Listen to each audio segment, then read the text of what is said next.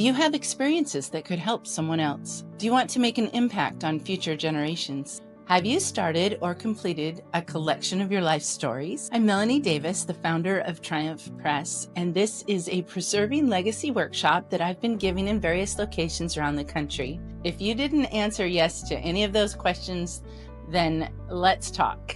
But I suspect you know that you have something important to share. This is a workshop, not a lecture. You are going to leave with greater motivation to preserve your stories and do it now. Before we dive in, make sure you have a pen and a notepad. As you watch and listen, there's going to be things that I say that will resonate with you. And the truth is, if we don't write it down, we quickly forget it. And so please be a note taker. The other reason is this is a workshop, which means I actually have an exercise for you that's going to help you to get farther down the road of preserving your life. So if you need to pause this video, go get a pen.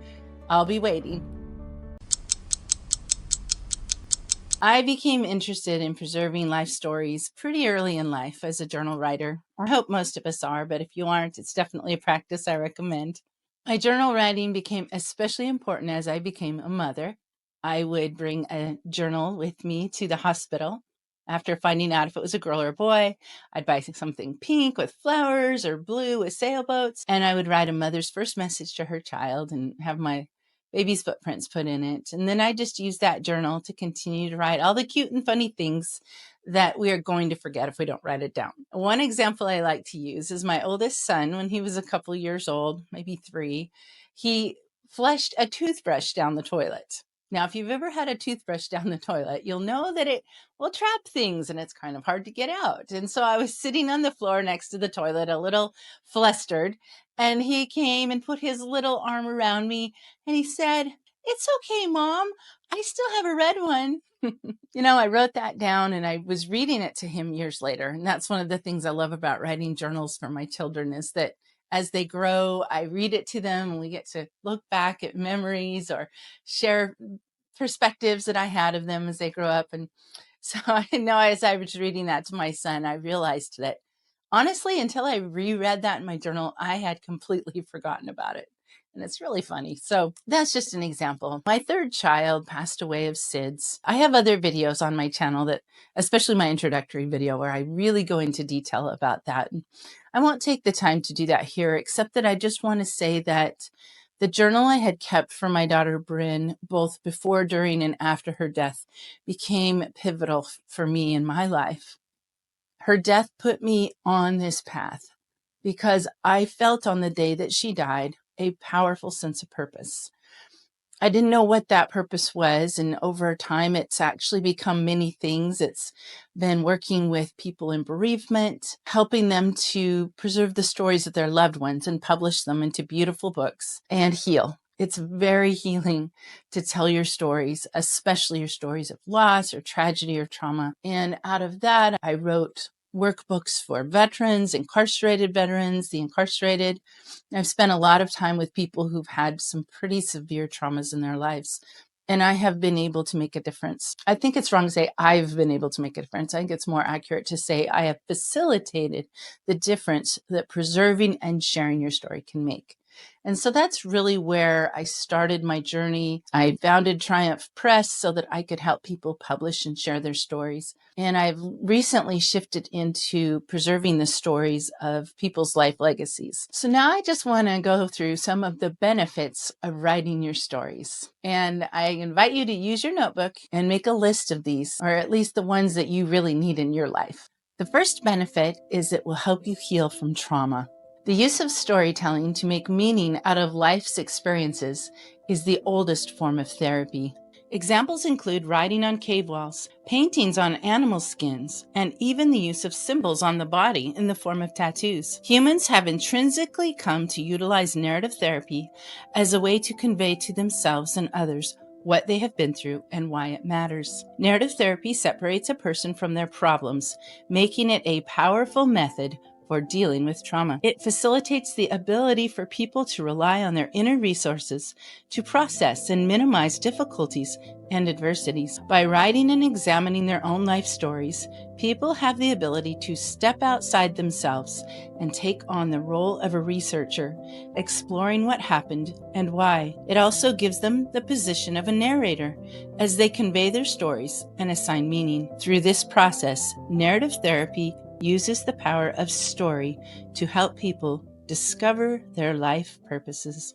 Storytelling is a vital part of healing. Destiny Dawn is the author of From 8,000 Miles, the true story of rescuing her daughter from human trafficking and the trauma it caused. She recorded a message for you about how it healed her to share her story. It was filmed from her YouTube studio where she continues to teach and help parents to protect their children. Writing my story about the pain that I went through and just taking it out of here and out of my head and putting it onto the paper, it was so healing for me. There's just something about it that helps you to get it out of your head and out of your heart and put it somewhere outside of you onto the paper where you can see it. You can organize the thoughts. You can put down your feelings, see what happened and when and how you felt about it. And it gives you insight. It gives you revelation to be able to put these puzzle pieces together. It's so freeing and so healing and so therapeutic. I don't know how it works, but I know that it does. And it was very helpful in me processing my pain. And being able to share it with others is the second part. You don't have to share it. It's good just to be able to put it on paper for yourself. That's the first step. But if you do share it with others and then it helps them, and then they give you feedback about how it helped them by hearing your story, then that just helps you even more. So it's a positive feedback loop. I would just encourage you, I would encourage anybody to tell your story. It's going to be healing for you. It's going to be healing for others. Just start writing it down every day in a journal. Just start writing down whatever part comes to your mind, whatever part feels the most intense that you want to work through. And each episode, you can just start writing it and process those thoughts and feelings and come back to it. When it gets heavy, you just put it away and come back to it another day and just keep working on it. Just keep working on it day by day. You'll get stronger. You'll feel freer every time that you do it. And it is work. It is work. Healing takes effort and you have to put in the work, but it is so rewarding and you'll be glad that you did. It was absolutely this process that allowed me to heal from the death of my 7-month-old daughter, Bryn. And it's what allowed me to help others to heal with the same process. Another benefit of preserving your story is it actually builds your self-esteem. So as you discover your life's purposes through the process of writing and step outside yourself in the form of a researcher, what you'll find is that you're a lot more compassionate with yourself and you're able to recognize all of the strengths that you have. And that leads to greater self-esteem than when you haven't taken the time and the meditation of writing your stories and analyzing them. Gratitude is another benefit that comes from writing your stories. Gratitude can reframe the past. Research has proven that being grateful comes with tremendous health benefits. It improves our psychological and physical well-being and can have a remarkably positive effect on relationships with those around us. Practicing gratitude can actually rewire our brains and be life-changing. Practicing is a key word. Gratitude isn't a state of being. It's something we can and should practice as often as possible because of the power it contains. In her article, Practice Being Grateful and Reap the Benefits, Carla Clark, PhD, references a study where the participants kept a daily gratitude journal for 2 weeks. The results were substantially increased self-esteem and being optimistic about the future. Participants reported better sleep, less health issues, and increased alertness.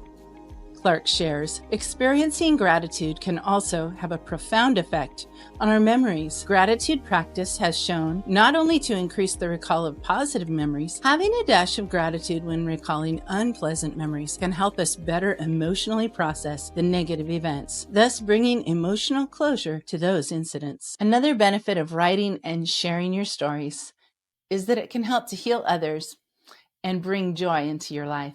Often, simply sharing our stories is the way to find purpose. The opportunity to share stories and uplift others through the storytelling process is available to everyone. Very often, we fail to share our life stories with one another.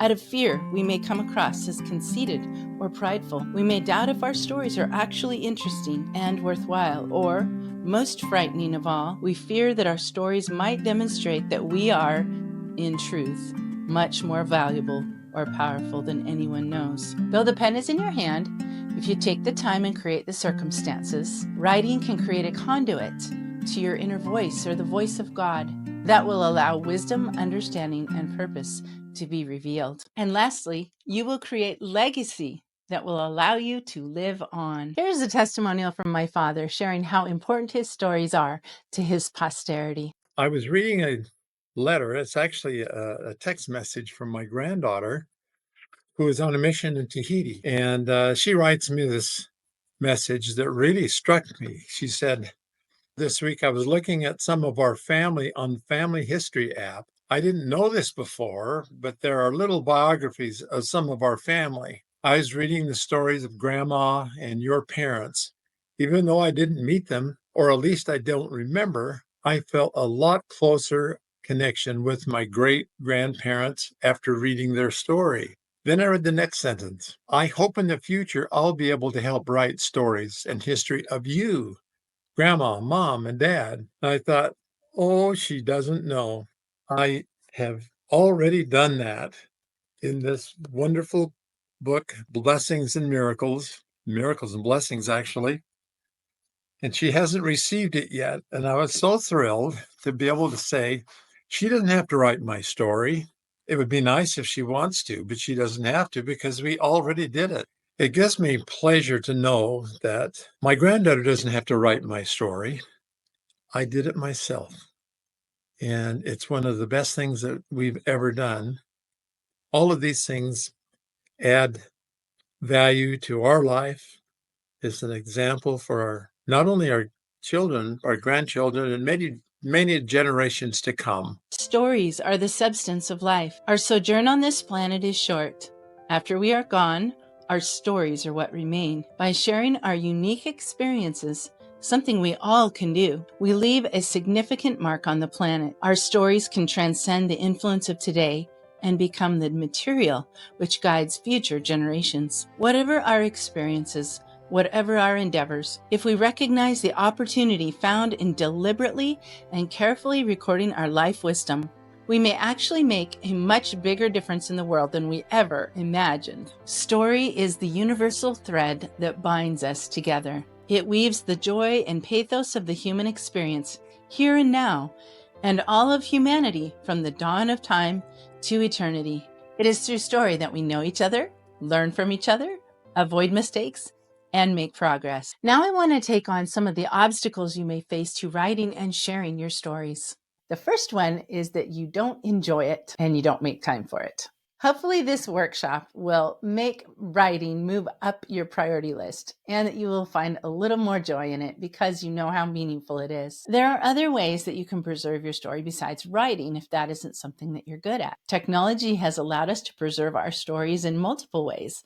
Video, for one, you could record your story in this format or audio, and then you can have the footage transcribed so you could still turn it into a book if you'd like. I also invite you to consider what letters or emails have you already written that might contain some of the stories that you would like to preserve. Another obstacle is that you just don't consider yourself a good writer. Well, you don't have to be for it to be a wonderful book. It isn't necessary for you to be the best writer for your stories to be meaningful and relevant. Last Night I Dreamed a Piece has been published in many languages. It is the diary of a young female doctor working in a battlefield hospital for the Viet Cong in northern Vietnam. It was written between 1968 and 1970 and expresses the feelings of a 25-year-old woman, Dang Thuy Tram, towards her family, her loves, the horrors of war, and her anxiety to make a difference in her country. The original diary was the size of a package of cigarettes and was made of papers sewn together with a cardboard cover. A soldier in the U.S. Army, Fred Whitehurst, was in charge of burning any documents with no military value, but before he tossed Thuy's diary into the pile, a Vietnam interpreter told him, "Don't burn this one, it has fire in it already." So Whitehurst kept the diary and brought it home from the war, which was against regulations. Whitehurst was an intense soldier, but he said after reading Thuy's diary, "Human to human, I fell in love with her." Whitehurst later sent the diary to Thuy's family, and it was eventually published in Hanoi on July 18, 2005. It caused an immediate sensation. In a country where few books sell more than 5,000 copies, Thuy's published diary sold more than 430,000. It was important to the people of Vietnam because she captured the heroism, victories, tragedies, and sorrows during a long and difficult war. It shows hope and courage in the midst of dire and frightening circumstances. It reaches to the soul and inspires anyone who reads it. Thuy's writing bounces between prose and poetry. Sometimes she talks to herself, and other times she holds imaginary conversations with those she is missing. She changes viewpoints often, moving from first to second and third person in one entry. In many ways, her memoir does not fit the technical parameters of good writing. Yet it is a story of profound importance, which has since been made into a movie in her own country. Thuy did not live through the war. She was shot while walking down a trail. But she lives on, with her influence and importance growing as her story is spread. Another obstacle could be that you just don't know where to begin. And that is the activity that I have for you in this workshop. So get your notebook and pen and pause this video, because I'm going to put up a slide with 11 topics. And I want you to set a timer for 10 minutes and jot down all the ideas that you can under each of those topics, at least one or two for each. I also provide the actual worksheet that I use in my workshops. So if you'd like to go to my website, triumphpress.com, and download it, you can use that as well.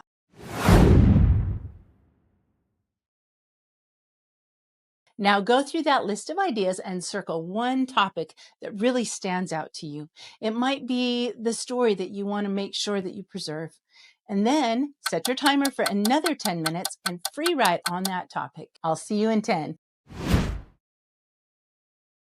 So how do you feel? You've got a whole lot of ideas written down, and you've taken the time to write on one of them. Hopefully the process of writing became interesting and fun, and you got an idea of just how doable this really can be. You could even write on many of these topics and continue to build your book around it. Another challenge might be just knowing how to organize your book. So I'm going to give you a few ideas. One common style is to write your life story chronologically, starting from birth and through your life, childhood, young adulthood, where you are today. And that's a good approach. Another approach that is actually one of my favorites is to write your book thematically. Let's say that you want to do a section on patience.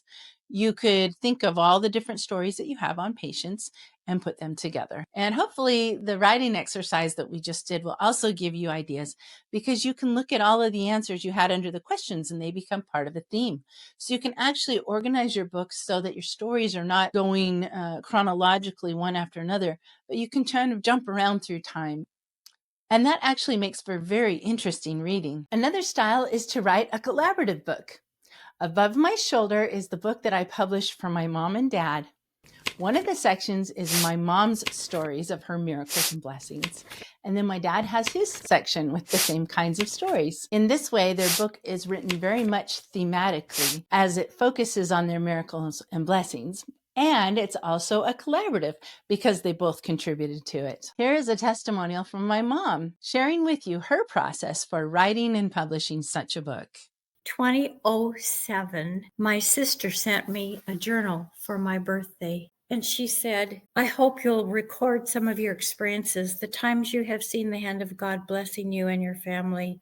And someday your children will benefit from these memories." and I filled it up from the cover to cover. And I was talking to my darling daughter, who is so smart, and she said, Mom, you have to publish this for your family. And so, because of her magic, we have a book. And it's filled with pictures, memories, including that's me. Doesn't even look like me anymore. And my husband, we have thoughts of how we met, miracles that happened to us and our kids, and we sent it to them for a Christmas gift. And we're hearing back. They love the pictures we put in, but let me tell you, it took months. It took months not just to find the pictures, because they're in my cell phone. I have like 80,000, thank goodness for cloud. Pictures from the past, I could only find negatives, and we had to make pictures, and it's a project. Time is so important. And so in order to get these things completed, you need to do it now, not tomorrow, not next week. Think about something to get started, make a list, and then begin your book that's going to be passed on for generations. This is a gift. Share your thoughts about yourself. Share your thoughts about your mate, your kids. Make sure you include your growing up years, because that really tells who you are. And thanks for listening. I appreciate being able to share something that's very important to me. We're calling this Volume 1 of our Miracles and Blessings, and now we're working on Volume 2. This is another kind of collaboration, because where the first book was my mom and dad both sharing their stories of miracles, the second book will be my parents and all of their children sharing some of their favorite stories. The final obstacle to sharing your stories is what to do with them now that they've been captured. As I mentioned earlier, there are many ways to preserve your stories, including video and audio, and they can both be transcribed, and that way you can have a book as well if you would like. You can publish a print book, or you can put your stories together in a PDF and share it as an ebook. A great way to share your stories on the internet is to upload them to the Family Search website, where you can upload your stories one by one along with pictures, or upload the full ebook to the library section and share your stories with the world as well as your posterity. I will be recording a tutorial soon to show just how easily this can be done, so be sure to subscribe so that you know when that video is available. I personally prefer books that you can hold in your hands and look through together, just like my family did at our reunion. There are many platforms for putting together simple, beautiful books. A lot of them have services where they'll email you prompts, and as you reply to them, they collect the stories from you and pictures, and they put them together in a hardback book. I have been in the publishing industry since 2009, when I founded Triumph Press, and have been designing and publishing books for authors who have overcome a great tragedy and want to reach a larger audience and make a difference in the world. I love this work and this mission, but lately my focus has been profoundly shifted towards helping people to preserve their life legacies. Recently, I published the personal history of Dennis Nichols, a 400-page glossy hardbound book with a premium color interior that captures the stories and pictures of his life, from where it all began, through his childhood, time in the military, and raising his family, including the hardships and miracles that are ever present. Here are some clips from an interview I did with Dennis Nichols on my Triumph Talks channel, where he shared a little more about the process and experience of publishing his personal history. Our lives are really full of miracles, and we don't realize that unless we've written our stories out. And then, like mine, I went back and looked. I didn't think about it, but I looked back on it and went, boy, my life was full of a lot of miracles. I believe every single person has those, and they don't even realize it until they collect them and then go back and look at them. That's the thing that I guess got me. Well, you did a beautiful job. You've captured your life from where it first began, which is kind of citing your parents' backgrounds, through your childhood and the rest of your life. And you have miracles, you have stories of, you call them your 9 lives, although there's 13 of them. Is that right? 13? That is Yeah. true. Which is also the title of the book, and we're going to talk about that. What advice do you have for aspiring authors, in particular people who are interested in preserving their personal history the way that you did? I had to decide, because Kay and I had talked about this a lot. Her and I have a lot of great experiences, and I have a lot of stories about her in the book too. She said, "Dennis, you can do this yourself. You've done all the work. I had visited with you at that meeting we had at the church in April." Yeah, it was a workshop. And so, and that really stood out in my mind. Okay, that was on my mind a lot. And so I discussed this with Kay, and she says, "Well, Dennis, you can save a lot of money if you just do this yourself." And I decided I'm going to call Kent, who's your dad, because I know him. I get a hold of Kent, and I said, "How do I get a hold of your daughter?" And so he shared that with me, which is how we got in touch with each other. You called me, had a nice conversation. You didn't know this, but I was making notes like crazy. I had a page and a half. I was really thinking about this. I write all these notes, going as fast as I can. Here's what happened on our first communications, and you're sharing with me because now you have my book. You start coming up with these suggestions, and every time you and I communicated, and I mean this sincerely, 100% of the time, I would tell Kay, "Man, am I glad I am using Melanie." But honestly, that happened every single day. You would talk to me about some certain pictures in the book, and you'd say you can enhance them. And I'm like, "Yeah, okay." Well, you did. I'm like, how did that happen? For example, it is not a great picture in there. My dog, Smokey. I could have taken pictures when I was 8, 9, 10 years old, but I never did. Never. But my father had an 8mm camera. And just this last year, I went down and had them all edited onto a thumb drive. So I did that for all of our family. Well, I saw my dog while it's scrolling. Okay, while I'm taking these pictures, it's 1 second at a time.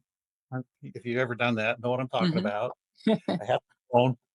I hurried up and took a picture of Smokey. That picture then I sent to you. Now it's a real grainy picture, but you did such a great job of it. I was like, man, now if you understood what I went through to get that picture. Wow. Yeah, I didn't know the backstory for that. Yeah. Yeah. Dennis published his book at Christmas time and was able to ship his book out to all of his children, grandchildren, extended family, and friends. I offer a unique approach to designing and publishing personal histories. It stems from my experience in publishing books on Amazon, which is surprisingly well suited for publishing personal histories that are incredibly beautiful and amazingly affordable. Here is some of what I shared about that process in my interview with Dennis. Let me just encourage you. These books are hardback, premium, glossy, color interior, not very expensive on Amazon once we upload them. Yeah, I was shocked. I'm not going to get into all the ins and outs of it in this show, but I just want people to know that I help people publish commercial books. And I'm just now transitioning, having done my parents' book and now your book, into really wanting to help people with their personal histories and make them beautiful, put your pictures in. They're designed like magazines, but at the end of the day, even if you were to have used some of the standard publishers that are out there for a hardback book for personal history, where you get one picture and a story and one picture and a story in color, the book price per book would have been probably at least 4 times, at least what we're paying for the Amazon book. There's just something about their business structure that allows these books to be printed so beautiful and really, in the long run, that selection you made to go that route, your print cost per book is so much more affordable than it would have been to do it any other way. Your upfront cost is a little higher because we're laying it out, we're prepping files. But once it's on Amazon, you have so much potential for saving money and shipping, shipping it out to everybody. So What I've learned from you, what you said is totally true.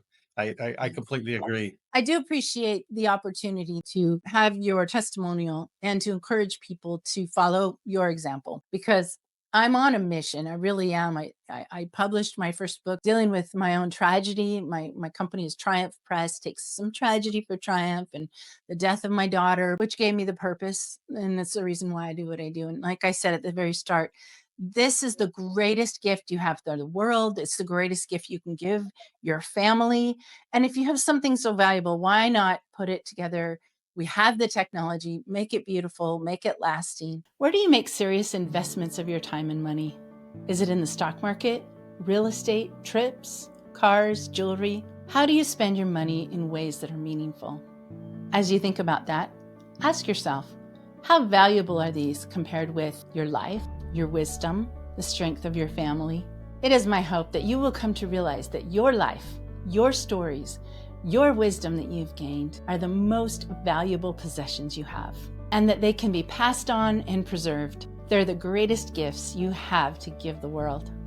So I encourage you to make it a priority. Take the time to start preserving your life stories and think about just what a difference in the world they can make. If you would like to learn more about the innovative way to preserve your stories through custom publishing, or have any questions about the information that I've provided in this video, please message me at my website, triumphpress.com.